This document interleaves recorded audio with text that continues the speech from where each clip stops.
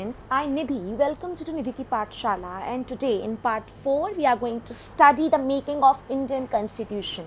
In our part 3 we studied that why we did need a constitution, why it was essential. So आज हम पढ़ेंगे कि making of Indian constitution अगर हम देखें कि इंडियन कॉन्स्टिट्यूशन की अगर हम सिर्फ बात करते हैं स्पेसिफिकली तो क्यों वो इम्पोर्टेंस रखता है, क्यों अगर हम देखें साउथ अफ्रीका जो है वो अगर हम देखें वर्ल्ड नंबर 1 कॉन्स्टिट्यूशन है, फाइन। तो इसके ऊपर आज हम बहुत अच्छे से इलैबोरेटिव स्टडी करने वाले हैं। सो आई होप आप सबको मेरी वीडियो पसंद आए, एंड इफ इन केस आपको अच्छा लगे so please subscribe, like and share my channel. Thank you so much. So like South Africa, India's constitution was also drawn up under very difficult circumstances. तो अगर हम देखें like south Africa, जैसे south Africa था, Indian constitution जो था उसको भी बहुत डिफ़िकल्ट सर्कमस्टांसेस फेस करने पड़े, डिफ़िकल्ट सिचुएशन फेस करनी पड़ी। अगर हम देखें तो making of the constitution for huge and diverse country like India was not an easy affair. अगर हम देखें तो इतनी बड़ी कंट्री है हमारी, it is really not an easy task. अगर हम सोचें कि एक बहुत अच्छा कॉन्स्टिट्यूशन बन जाएगा within no time, fine, तो ऑफकोर्स एक बहुत एफर्ट वाला काम था जो था।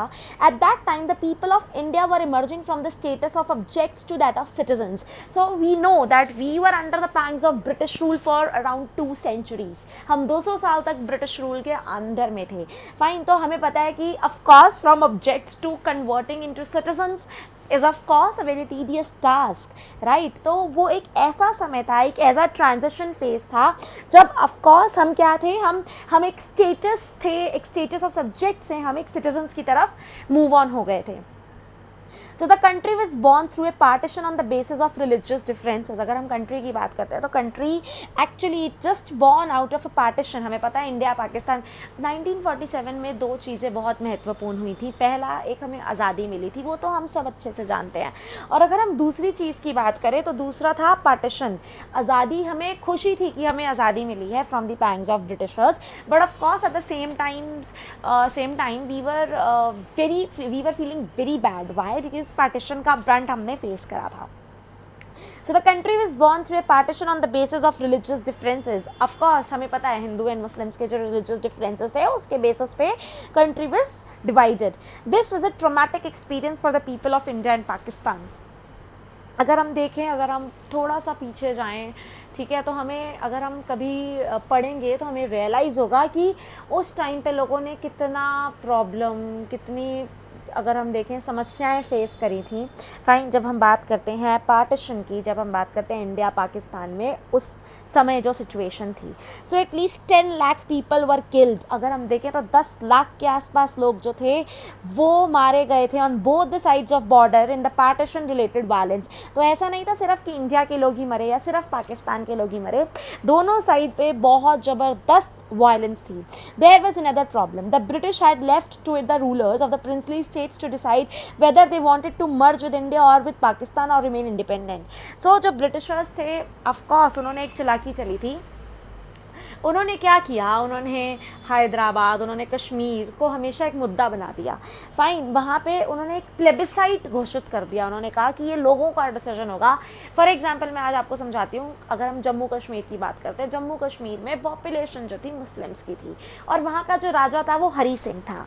तो वहाँ वहाँ पे एक बोन ऑफ कंटेंशन ये थी कि वो इंडिया के साथ रहे वो जगह या पाकिस्तान के साथ रहे, फाइन। तो ब्रिटिश ने कोई क्लियर कट स्टेप नहीं उठाया, उन्होंने ये bone of contention as on where basis छोड़ दी, फाइन। उन्होंने कहा ये या तो यूएन डिसाइड कर लेगा या कंट्रीज डिसाइड कर लेंगे या वहाँ के लोग जो हैं वो डिसाइड करेंगे। सो अगर हम देखें तो उस चीज़ का ब्रंट हम आज तक फेस कर रहे हैं। पाकिस्तान कितने मिलिटेंट एक्टिविटीज़ ऑर्गेनाइज करवाता है, इंट्रूडर्स भेजता है इंडिया के अंदर, which is not at all good. So the merger of these princely states is a difficult and an uncertain task. अगर हम बात करते हैं इन princely states की, तो जैसे अगर हम हैदराबाद की बात करें, वो भी एक princely state था, वहाँ पे population हिंदूज की थी और जो राजा था वो निज़ाम था, he was a Muslim. तो अगर हम देखें तो इस तरह की कुछ प्रॉब्लम princely states में देखने को मिली। So when the constitution was being written, जब कॉन्स्टिट्यूशन लिखा जा रहा था, the future of the country did not look as secure as it is today. तो अगर हम देखें जब कॉन्स्टिट्यूशन लिखा जा रहा था तो ये उस टाइम पे उतना, अगर हम देखें तो कारगर साबित नहीं हुआ, उतना ज़्यादा मतलब उस टाइम पे जो फ्यूचर था बहुत ब्लीक नज़र आ रहा था लोगों को। बट ऑफ कोर्स आज हमारी कंट्री बहुत ज़्यादा स्ट्रॉन्ग है, अपने डिसीजंस लेने का पूरा जज्बा है हम में। So the makers of the constitution had anxieties about the present and the future of the country. तो of course अगर हम देखें जो जो constitution makers थे उनको anxiety levels थे, उनको टेंशन थी, उनको ये टेंशन थी कि अभी जो constitution present में और future में country के ऊपर क्या इम्पैक्ट डालेगा। So the path to the constitution, despite all these difficulties, there was one big advantage for makers of Indian constitution. अगर हम देखें हमने बहुत सारी मुसीबतें फेस करी, हमने बहुत सारी प्रॉब्लम्स फेस करी, बट हमने उन प्रॉब्लम्स को ओवरकम किया। Unlike South Africa, they did not have to create a consensus. जैसे अगर साउथ अफ्रीका की बात करें तो वहाँ पे तो लोगों को कंसेंसस यानी कि एक कॉमन प्लेटफॉर्म पे आना पड़ा, अग्रीएबल टर्म्स पे आना पड़ा, फाइन। तो they did not have to create a consensus about what a democratic India should look like, fine. तो उनको ये नहीं था कि जैसे इंडिया की अगर हम बात करें तो हमें कोई कॉमन कंसेंसस पे आने की जरूरत नहीं थी, like south Africa, fine. Much of this consensus had evolve during the freedom struggle. बहुत सारी प्रॉब्लम्स, बहुत सारे, अगर हम देखें कॉमन प्लेटफॉर्म पे हम तभी आ गए थे जब हम फ्रीडम स्ट्रगल के दौरान की बात अगर हम करें, जब हम स्ट्रगल कर रहे थे to achieve independence. Our national movement was not merely a struggle against a foreign rule. अगर हम देखें हमारी नेशनल स्ट्रगल सिर्फ फॉरेन रूल के अगेंस्ट नहीं थी, ये एक ऐसी स्ट्रगल थी जो रीजेविनेट करना चाहती थी हमारी कंट्री को, हमारी ट्रांसफॉर्मेशन चाहती थी हमारी सोसाइटी के अंदर, पॉलिटिक्स के अंदर। बहुत ज़्यादा डिफरेंसेस ऑफ ओपिनियन थे जब हम फ्रीडम स्ट्रगल की बात करते हैं कि किस तरह से फ्रीडम स्ट्रगल अटेन होनी चाहिए, ईदर थ्रू वायलेंस और नॉन वायलेंस। सो बहुत सारी प्रॉब्लम्स उस टाइम पे हमने प्री इंडिपेंडेंस टाइम पे हमने फेस करी, और रादर मैं कहूँगी तो पोस्ट इंडिपेंडेंस भी काफ़ी प्रॉब्लम्स इंडिया ने फेस करी। सो सच डिफरेंसेस एग्जिस्ट इवन टुडे। ऐसी प्रॉब्लम्स आज भी एग्जिस्ट करती हैं। बहुत सारे बेसिक आइडियाज़ हैं जो कि they had come to be accepted by almost everyone. बहुत सारे आइडियाज़ जो है कॉमन प्लेटफॉर्म पे लोगों ने उसको एक्सेप्ट किया है, फाइन। सो अगर हम बात करते हैं 1928 की, 1928 की, तो मोतीलाल नेहरू और 8 दूसरे जो बड़े अच्छे कांग्रेस के लीडर्स थे, उन्होंने क्या किया, उन्होंने कॉन्स्टिट्यूशन ड्राफ्ट किया इंडिया के अंदर। इन 1931 the resolution at the Karachi session of Indian national Congress dwelt on how independent India's constitution should look like. तो ऑफ कोर्स 1931 में भी ये मैटर उठा कि किस तरह से इंडिपेंडेंट इंडिया का कॉन्स्टिट्यूशन दिखना चाहिए, इवॉल्व होना चाहिए। So both these documents were committed to the inclusion of universal adult franchise. Of course वो सारे जो documents थे वो they were committed to the inclusion मतलब acceptance of universal adult franchise यानी कि voting rights, fine, right to freedom, equality and to protect the right of minorities in the constitutions of independent India.